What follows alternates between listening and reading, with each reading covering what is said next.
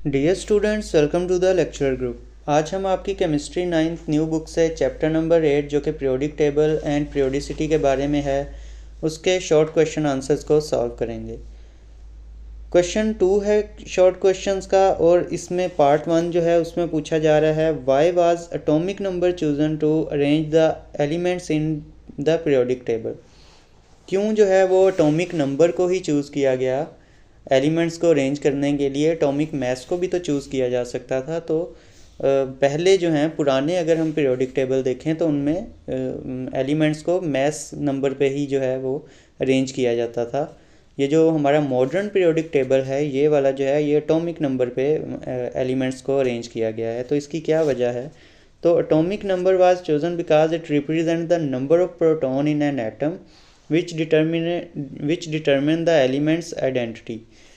जो atomic mass है वो दो एलिमेंट का सेम भी हो सकता है आइसोटोपिक फॉर्म में, लेकिन जो एटॉमिक नंबर है वो किसी दो डिफरेंट एलिमेंट का कभी भी सेम नहीं हो सकता। इस वजह से जो आइडेंटिटी है वो कौन रिप्रेजेंट करता है? वो एटॉमिक नंबर ही रिप्रेजेंट करता है। जैसे हाइड्रोजन में एक है प्रोटॉन, तो ये उसका एटॉमिक नंबर है। अब हाइड्रोजन के अलावा और किसी का भी जो है वो प्रोटॉन या एटॉमिक नंबर 1 नहीं हो सकता, और इसकी वजह से ये डिटरमिन करता है आइडेंटिटी और उसकी केमिकल प्रॉपर्टीज़ को भी ये डिटरमिन करता है। This arrangement resolve the inconsistence in Mendeleev's periodic table based on atomic mass. वही मैंने जो बात की, पुराने जो पीरियोडिक टेबल थे उनमें मेंडलीव पीरियोडिक टेबल भी बहुत ज़्यादा जो है वो मशहूर है।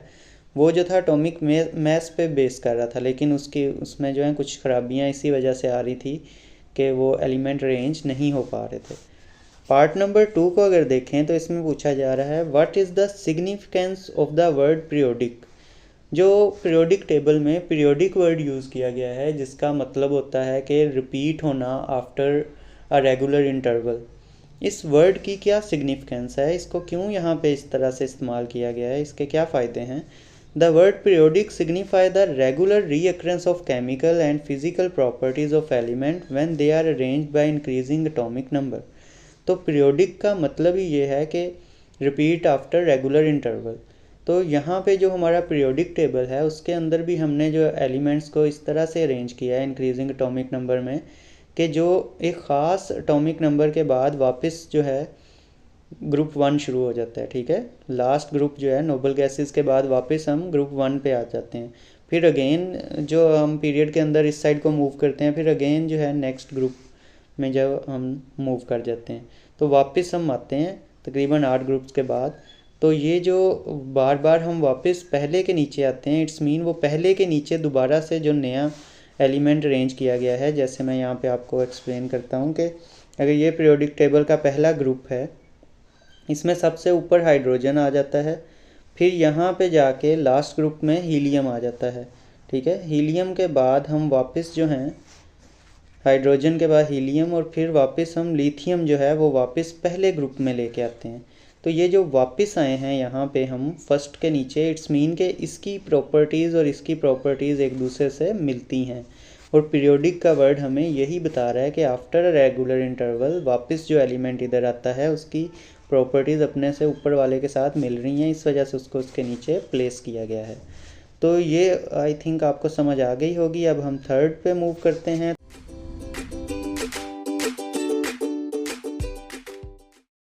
तो पार्ट 3 में पूछा जा रहा है why does the size of period increase as we move down the periodic table.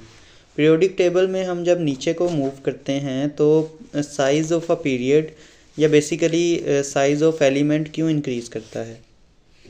तो इसका अगर आप आंसर देना चाहते हैं तो सबसे पहले आपको पीरियड और ग्रुप का पता होना चाहिए। पीरियड क्या है? बेसिकली पीरियड जो इस साइड को हम मूव करते हैं पीरियोडिक टेबल में हॉरिजेंटली, इसको हम पीरियड बोलते हैं। और यहाँ पे पहला पीरियड, ये दूसरा पीरियड, ये तीसरा पीरियड। और ग्रुप क्या है? ग्रुप ये वाला फर्स्ट नीचे की तरफ वर्टिकल जो लाइंस हैं, और ये दूसरा और ये तीसरा, इस तरह से ग्रुप्स होते हैं। अब जो हाइड्रोजन है अगर उसे यहाँ पे प्लेस किया है, इट्स मीन वो फर्स्ट पीरियड में और फर्स्ट ही ग्रुप में है। अब जो हाइड्रोजन के नीचे हीलियम है, सॉरी लिथियम है, हीलियम नहीं है, ये लिथियम जो है इसके अंदर हाइड्रोजन के अंदर एक शेल है, तो लिथियम के अंदर 2 शेल हैं। इसके बाद सोडियम रखा जाता है, सोडियम के अंदर 3 शेल हो जाते हैं। ठीक है, नंबर ऑफ शेल आप देख रहे हैं कि इंक्रीज़ हो रहे हैं। इट्स मीन न्यूक्लियस से डिस्टेंस जो है लास्ट इलेक्ट्रॉन का वो भी इंक्रीज़ हो रहा है। तो ये क्या है, बेसिकली डिस्टेंस है, यानी कि साइज़ है, एटम का साइज़ भी इंक्रीज़ हो रहा है। तो हम डाउन द ग्रुप जब मूव करते हैं तो पीरियड क्या कर रहे हैं, इंक्रीज़। ये फर्स्ट पीरियड है, ये सेकंड पीरियड है, ये थर्ड पीरियड है। तो पीरियड बढ़ रहे हैं और नंबर ऑफ शेल ऐड होते जा रहे हैं। दैट्स वाई जो साइज़ है एलिमेंट का वो भी इंक्रीज़ करता जा रहा है।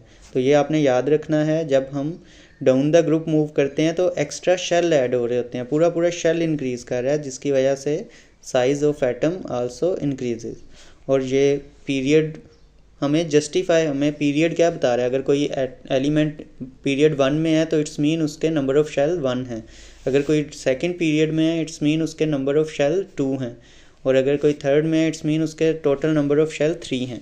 तो ये भी आपने जहन में रखना है। इसी तरह ग्रुप जो हैं वो हमें बताते हैं नंबर ऑफ इलेक्ट्रॉन। तो अब हम नेक्स्ट क्वेश्चन पे मूव करते हैं जी। तो क्वेश्चन नंबर 4 को अगर देखें तो इसमें पूछा गया है, in a group the element have the same number of electron in the outermost shell, why is it so. जैसा मैंने आपको पहले बताया है कि ग्रुप में जब नीचे को मूव करते हैं तो पीरियड बढ़ते हैं। जैसा कि पीरियड बढ़ते हैं तो नंबर ऑफ शेल इंक्रीज़ करते जाते हैं।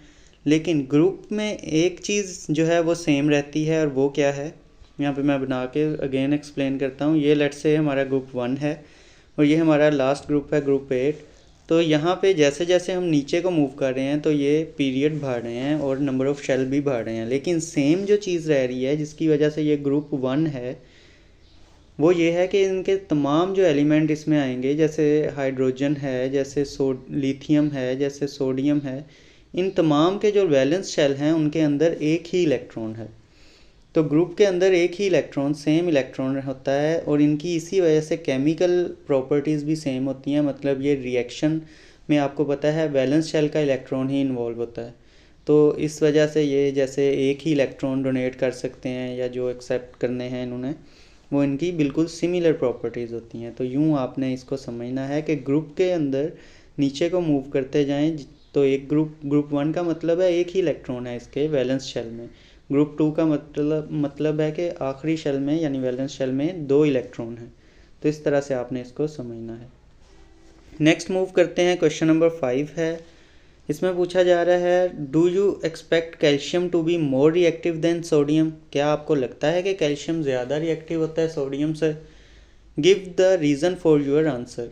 अगर लगता है तो उसका आंसर का रीज़न भी दें। तो इसमें वाज़ेह सी बात है कि सोडियम जो है वो ज़्यादा रिएक्टिव होता है कैल्शियम से। उसकी वजह क्या है कि because it has only 1 valence electron, उसके आखिरी शेल में एक ही इलेक्ट्रॉन होता है, which it lose more easily compare to the 2 valence electron of calcium. ये इजीली अपना एक इलेक्ट्रॉन लूज़ कर सकती है, जबकि कैल्शियम को आपको पता है 2 इलेक्ट्रॉन लूज़ करने पड़ते हैं।